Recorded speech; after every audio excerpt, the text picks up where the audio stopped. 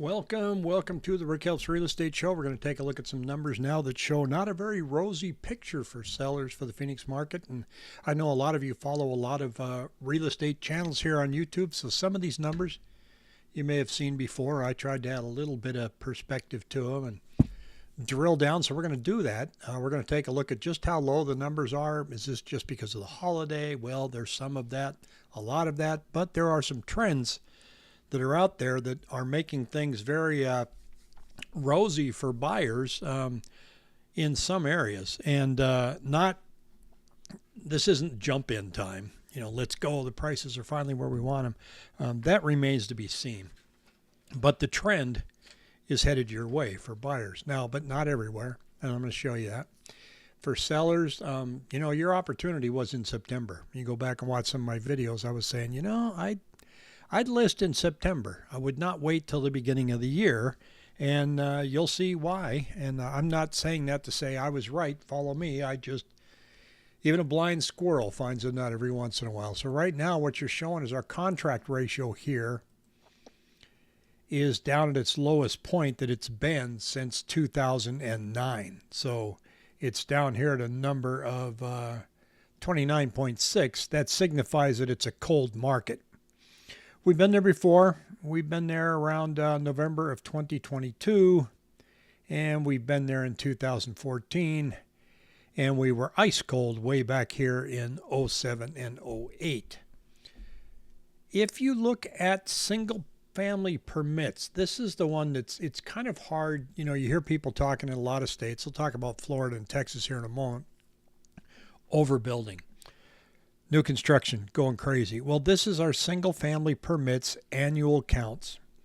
26,180 so far for this year, up by about 2,000 from last year, way below we saw back in 2004, 5, and 6.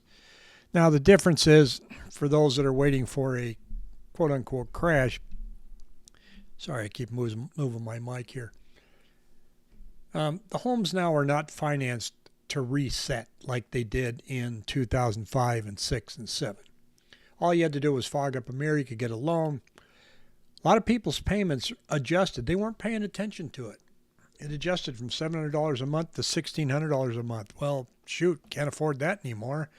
Let me sell the house because my agent told me that I'm going to have more equity this year than I did last year. Well, supply and demand tells you you're not going to get your price if everybody else is selling at the same time you are. So prices came down and everything crashed and fell apart because of the combination. Too much building, not enough people moving here, terrible loans. Now we have great loans. We have great equity. We have a lot of people moving here. Whether or not we're overbuilding, hard for me to tell, but I am going to show you some numbers on some price reductions, so stick with me. Here's what's going on nationally. Florida and Texas are just getting hammered.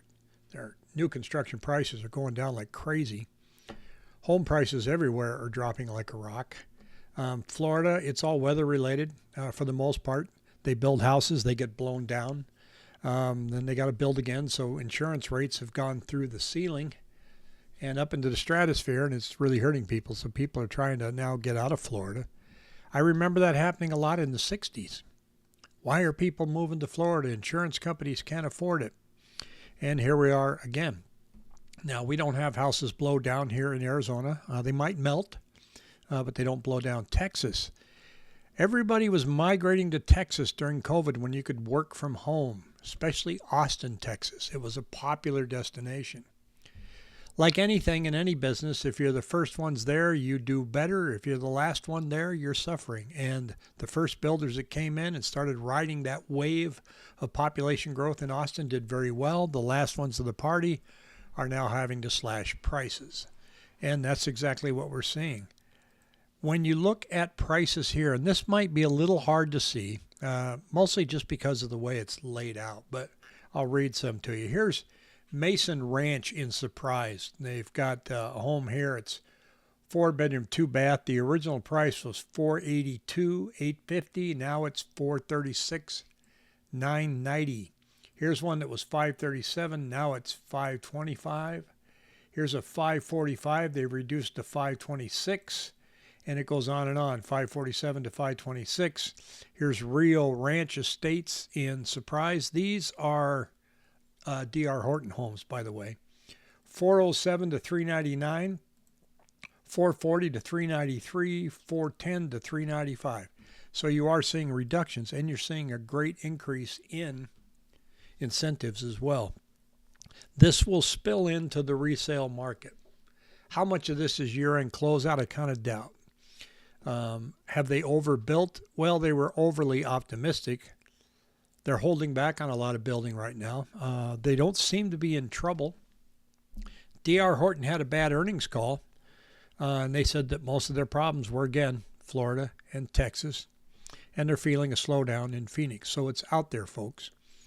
The contract ratios that we're seeing are down as well. I already shared with you the what was called, let's see, pulling over the contract ratio on that chart, but I want to look at it on this chart, and you can see where it is in perspective for the rest of the few years here. We're at 30, and we have been down to 40s. So we're the lowest we've been since 2009. Here is listings under contract. Now, we have over 21,000 listings right now, and there are two ways to measure contracts: listing under contract and pending. So listings under contract are 6,681 this past week. You also have to add that to pending. Pending is a home where they have a contract and they're not accepting any other offers. They're just saying, this looks solid, looks good, I'm just going to mark it as pending. So we're sitting here at 66 there, and we go and look at pending, and we are 4,042. So you got about 10,000 homes under contract at a time when there's 21,000 listings.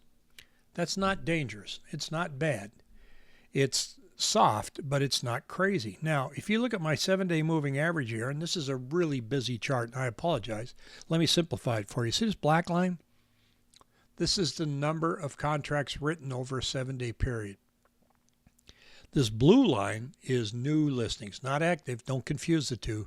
New listings. How many new listings came on? It goes up and down and up and down. But the difference that you measure, now look at Thanksgiving week. New listings plummeted. We were averaging about 2,700 every 7 days. Now we're about we're 11,000, dropped in half. Well, nobody listed their house after Thanksgiving or during Thanksgiving. That'll start to come up a little bit. Nothing major. You'll see our active listings drop every week between now and the first of the year, because it always does. But look at the gap between the new listings that came on and the number of contracts. They actually went up. And this will actually take away from active listings by about 800 homes. So that's why you're going to see listings overall in our market start to come down as we get towards the first of the year. Now, is this going to change after January? Yes, more people will get optimistic and put their homes on the market in January, unless they have a severe beatdown during the holiday season. Sellers just get fed up and take their homes off the market and say, I'm done till next year. Seeing some of that. Here's the Cromford Market Index. Let's see where we are in relationship to where it's been. And the total market index is sitting at 90.3. We've been there before. We were there in 23. We were there in 14. 14 was just a bad real estate year. And then, of course, the silly season here when everything fell off the map. The demand is what's driving that. It went down, but it's starting to come up a little bit. Not by much. I just showed you on the other chart. Average list price per square foot. Now, I like to take a look at this and filter out over $1 million. And again, I'm seeing it stuck right there. Sellers, they're listing their house. They're staying put. And well, I'm hanging in there for this list price. And if I don't get it, ho-hum. I don't have to sell. There are some people that have to sell, and they're lowering their price. But there's a lot of people out there just trying to get their feet wet. And so they're putting it out there and going, well, didn't work. See you next year. I'll try it again. They don't have to sell. Their payment didn't reset. There's not distress. Their neighbor's house is not being foreclosed on, yada, yada, yada. So this is very unusual what we're seeing. But what it is having an impact on is the listing success rate. And you can see it here. It's going down. The listing success rate's 70. It's certainly been lower. You look in 2014, we were 67. Now it goes down again in January here at 60.3, but it again looks kind of odd. You're sitting here at 70.8 compared to last year 72.5. It's not dire. Those are not numbers that make you go, ooh, this is terrible. And so we're in this situation where the leading indicators are indicating that the first quarter is not going to be very good, folks, for sellers. And for buyers, it's all rate driven. So you are seeing the softening in prices that you have been waiting for. You're not seeing the crash that you've been waiting for. That happens every 70 years. So, good luck with that. And I'm just trying to be funny there. But, the softening is coming. The difference between a softening and a crash, in my opinion, crash is when everybody's forced to sell. There's all this despair, and the number of foreclosures explodes and short sales. We're going to see a softening in prices, down 5%, down 10%, maybe as high as 20%, depending on the neighborhood, especially in the surrounding areas that are overbuilt. Not seeing any pricing pressure in areas like Chandler because there isn't a lot of new builds going on in Chandler. So it's the new build neighborhoods that are going to start feeling some softening. And here's what's going on with our active listings again. And I predict that next week when this comes out, we're going to be right about here, that red dot. And it's going to go down continually like it has every year as we get towards the first of the year. And that's the situation that we're in. So watch the numbers, watch inventory, watch the closing ratio. Take a look at average price per square foot. Take a look at the list price per square foot and see if you're seeing any changes. If you are considering buying, get your finances in order now. Start meeting with a lender and saying, what can I do to improve my credit score between now and March? Should I refinance my car, get rid of my car? How can I raise my credit score? How can I be ready? Because if things look better in March after people have gone through January and February and they said, geez, my house didn't sell and rates have barely moved, then maybe March will be a decent time for buyers. Nobody rings a bell at the top of the market. Nobody rings a bell at the bottom of the market. So it depends on what you're looking for and how comfortable you are with the situation that you're seeing. But in any case, be ready, because when things fell off and died in 2008, nobody was in a position to buy except for investors. They were the ones that came in and bought these houses and remodeled them because they had to, because people tore the crap out of them. So they rebuilt them, put the air conditioning back, put all the copper back, put ceiling fans in, the appliances, and they put them up for rent, and rent was popular because nobody could buy. We're not anywhere near that situation today. So trying to predict the bottom, when you look at that in the rearview mirror and you're waiting for that, I just don't think you're going to see it. But I think you're going to see some opportunities where maybe interest rates give you some relief. That depends on our national debt.